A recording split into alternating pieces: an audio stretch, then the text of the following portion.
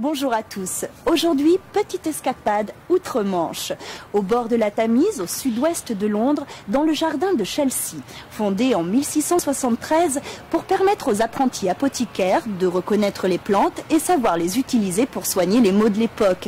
Aujourd'hui, c'est un rendez-vous très attendu par tous les amoureux du jardinage, le Chelsea Flower Show. Isn't it? Yes, that's it. Oui. Oui.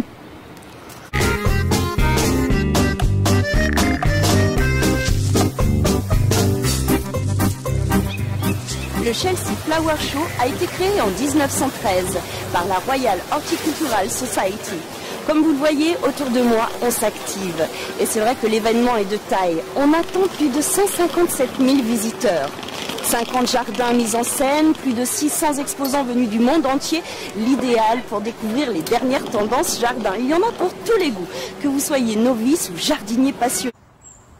Créé par le paysagiste Tom Stuart Smith, cet espace éthéré invite à la contemplation. Vous ne trouvez pas? Nous avons aujourd'hui la chance de pouvoir le rencontrer. Tom, bonjour. Bonjour. Bravo. Votre jardin a l'élégance du naturel. Pourtant, j'imagine que c'est beaucoup de travail. Comment est-ce qu'on façonne un tel espace? Well, I think the thing is to even if you're trying to create something which is quite romantic, you need to build it in a very kind of disciplined way. So this garden is made by a series of very simple layers. There's the structure of the paths, which is just like a web which stretches over the garden. There's the like a grove of trees, you know, the 8 trees which are distributed around the garden, and then everything in the garden that is not fixed is a brick. So we have the bricks on the wall, which are made from zinc. Then we have the tanks in the garden, which are also made from zinc, and then we have the bricks on the floor, which are all facing the same direction. So everything is a brick. So there is something very simple about the garden, but there's also something quite complex. D'accord. Alors, par contre, le climat britannique est quand même un peu particulier. Je pense que c'est une donnée qu'on doit prendre en compte quand justement on choisit les végétaux. Well, the extraordinary thing about the English climate is there are some places which are really quite hot and dry. I mean, not by French standards, but by English standards. And there are some places which are very wet and cool. And this garden is all about things being wet and cool. So all the plants that we have in the garden here are adapted to growing in a kind of woodland condition, you know, where there's lots of moisture, not very much light. And so it's a garden where there's not a tremendous amount of flower. Everything is very calm and serene. Chelsea est un événement d'exception, mais ce n'est pas la première fois pour vous. Vous êtes un habitué. Yeah. I've done it.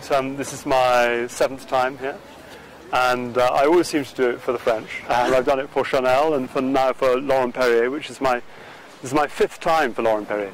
And I think the thing that is lovely about it is that, you know, every time is different. And it's actually, as a designer, you know, I'm working in a different place the whole time. Chelsea, for a week, I am planting a garden.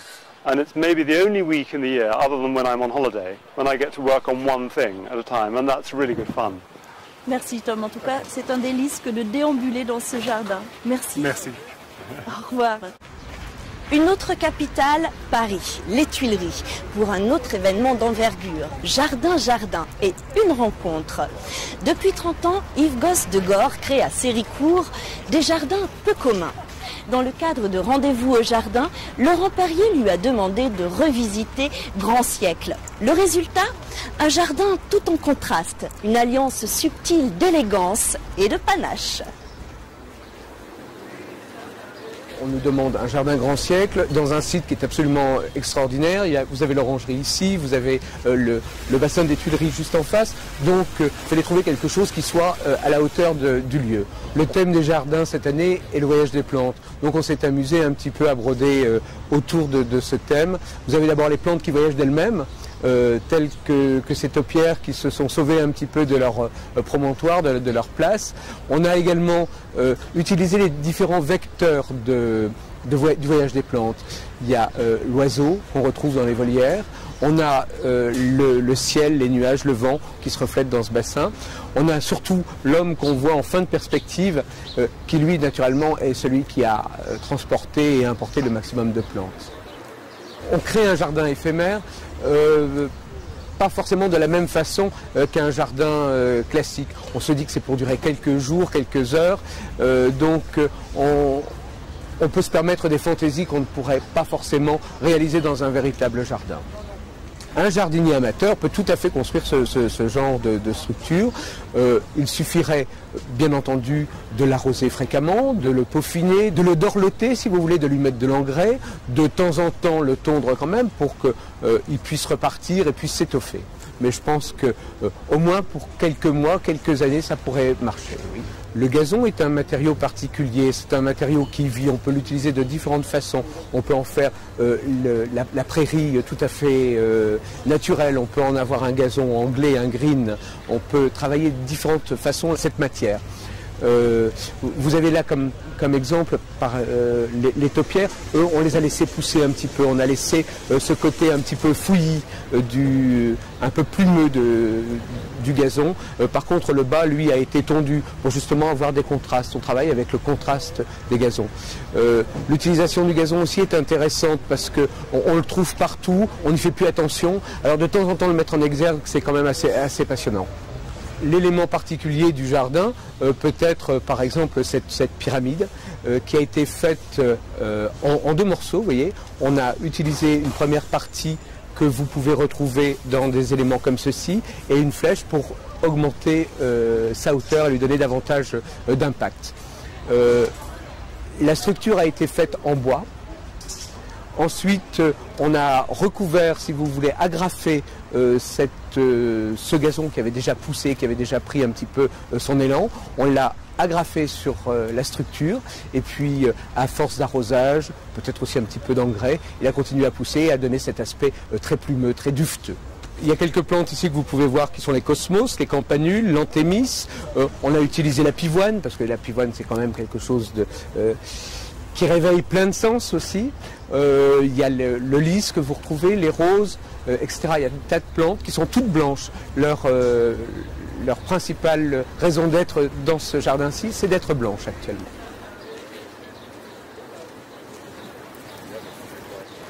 Au fait, j'ai quelques nouvelles de Londres. Comme chaque année, Sa Majesté la Reine Elisabeth est venue au Chelsea Flower Show. Elle a beaucoup aimé le jardin de Tom Stuart Smith. Le jury aussi, puisqu'il lui a donné la médaille d'or et le jardin a été reconnu comme étant le plus beau. Bravo Tom! Pour ce dernier numéro de la saison, nous avons voulu vous offrir le meilleur des jardins. Après Chelsea, Paris, Chaumont-sur-Loire. Un panorama étonnant de créations paysagères venues du monde entier. Le thème de cette année, des jardins en partage.